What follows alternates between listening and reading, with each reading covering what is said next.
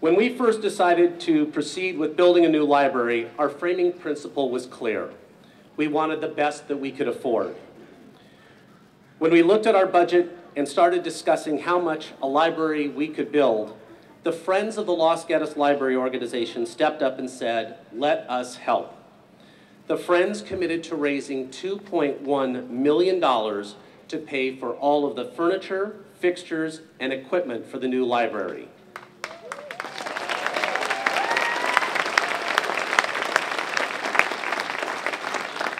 And they did it. I'd like to invite Carol Hamilton, President of the Friends of the Los Gatos Library, to join me.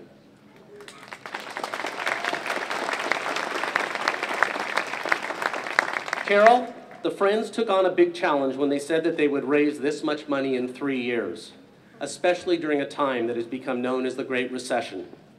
I know you accomplished this through hard work, through creativity, and through a sincere belief that this new library was of utmost importance to Los Gatos today and to future generations.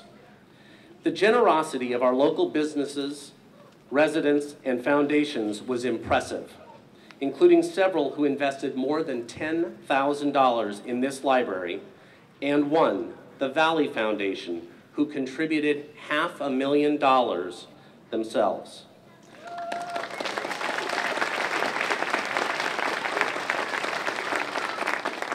Will all of the donors, of the major donors who are here today, please stand and accept our deep appreciation.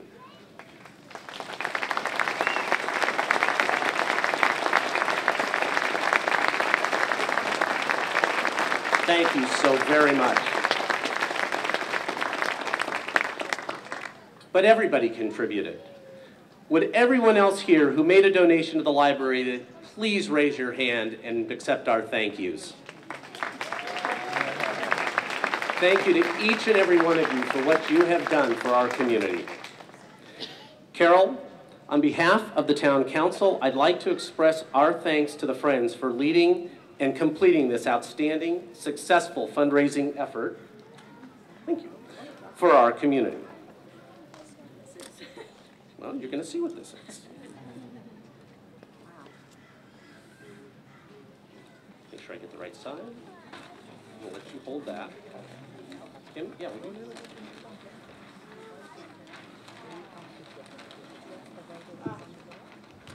So this reads, the Los Gatos Town Council recognizes and appreciates the hard work and success of the Friends of the Los Gatos Library, once-in-a-generation capital campaign, raising $2 million for our new library, and it's dated February 11th, 2012.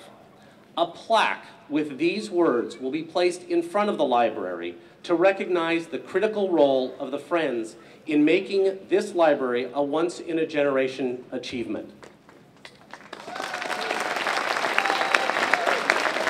And Carol, I'd like you to say a few words. Oh, thank you very much. I have to say I feel a little like a new grandmother, relieved that the wait and labor is over, and ready to show off our new addition to the world, and it is perfect. The Friends have so many people to thank. The Town Council for voting, for the town for building, and for all of those who donated to our once-in-a-generation campaign. We thank you. In 1994, the Friends took a step to establish a nonprofit organization and open a bank account they named Fund of the Future. Little did they realize that in 2012, they would be able to raise $2 million to fill a brand new library building. This is a wonderful example of what a community can do when we all work together. Thank you.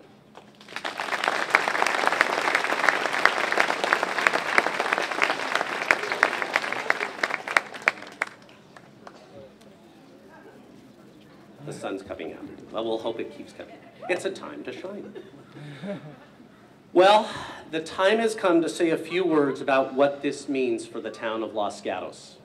And that's a tall order. Standing in front of this extraordinary building full of innovative features, special places, and educational resources, I'm challenged to do it justice. In preparing for today's remarks, I went back and read Councilmember Diane McNutt's comments when she served as mayor for the groundbreaking in June of 2010. Her comments about the vision for the library, what it will look like, what it will feel like, bear a remarkable resemblance to the library you are about to experience. Los Gatos has always cherished its library.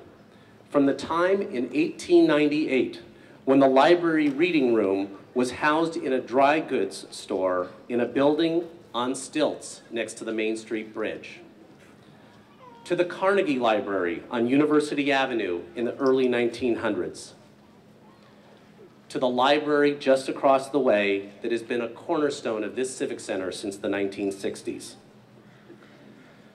Sometimes people ask if public libraries will continue to be needed in the digital age of the 21st century. With no hesitation, I can say yes. A library is so much more than books. Libraries are constantly evolving and reinventing themselves, and that is why they continue to be the most popular public place in every community, including Los Gatos. Libraries are not going away, and what you are about to see is a library that uniquely and distinctly reflects the values and priorities of our town. So what does this library say about this community? It says that we recognize that a library inspires, educates, informs, and entertains. It says we value our past and want to preserve and share our town's history. It says that we treasure our children and teens by providing them with bright, inviting spaces of the library that they can call their own. It says that we encourage lifelong learning, literacy, and creativity. It says we expect excellence in the facilities and services that we provide our residents. The library says many things about Los Gatos, but above all, it says that when we come together with a common goal, building an extraordinary library that will serve for generations to come, nothing can stop us. Los Gatos residents, we did it. And now it's our time to explore and enjoy the Los Gatos Public Library. It is our time to shine.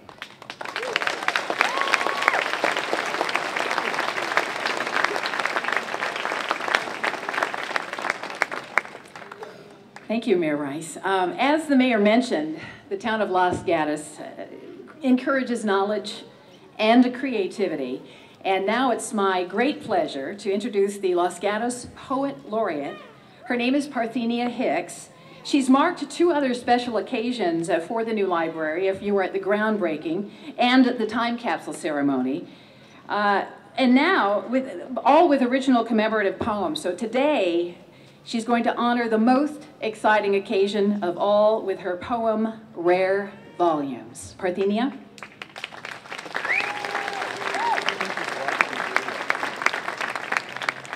Good morning, everyone. It is a rare day, isn't it? This poem commemorates the opening of our extraordinary library, and it does so in 2 parts. The first, a child checking out her first library book. The second, the library itself as a neighbor and the collector of knowledge in the form of books. The title, Rare Volumes, refers to the books, of course, but it also refers to you and to me and our town who had the foresight to build this extraordinary library. Rare Volumes, library book. She spread its 2 parts wide, heard its voice in the ancient crack of its spine. It fit into her lap as though it belonged there. She took it all in, the cloaky smell of it, the brittle silkiness of its pages, its creamy color like the milk in her tea, its warm thickness and faded edges, the shushing sound it made when she turned the page. She studied the circles and lines of the marks, whispering the ones she knew, the O's that looked like zeros, the B that sounded like a honeybee but wasn't, the K, the S, how many more there were to learn. She stuck her nose into the seam of it, breathed in something new, a thing that brought stillness and quiet. It was old, she thought, old like a grandmother, and she could take it home. She would wash her hands before she opened it again. She would find a secret place to sit with it. The neighbor,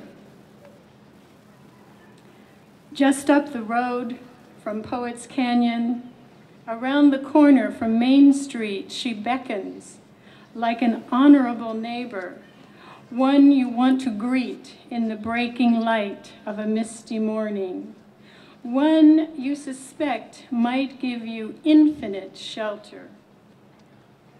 Lit up with volumes that stand in silent attention, waiting for hungry hands to brush past their spines, settling by instinct or design on exactly the right one. Volumes glued, sewn, stapled into form, populated with the inky alphabet of language, a feast of 1 trillion paragraphs. Rare volumes that, like prayer, or like the rarest among us, offer a way in, a way out. Books that will still be read by midnight light. Words that will be uploaded, downloaded, handed off, and passed on to our shining children.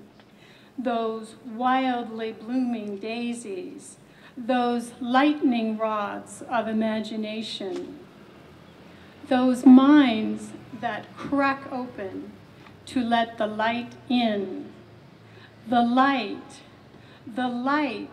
that blazes into life and reinvents the world.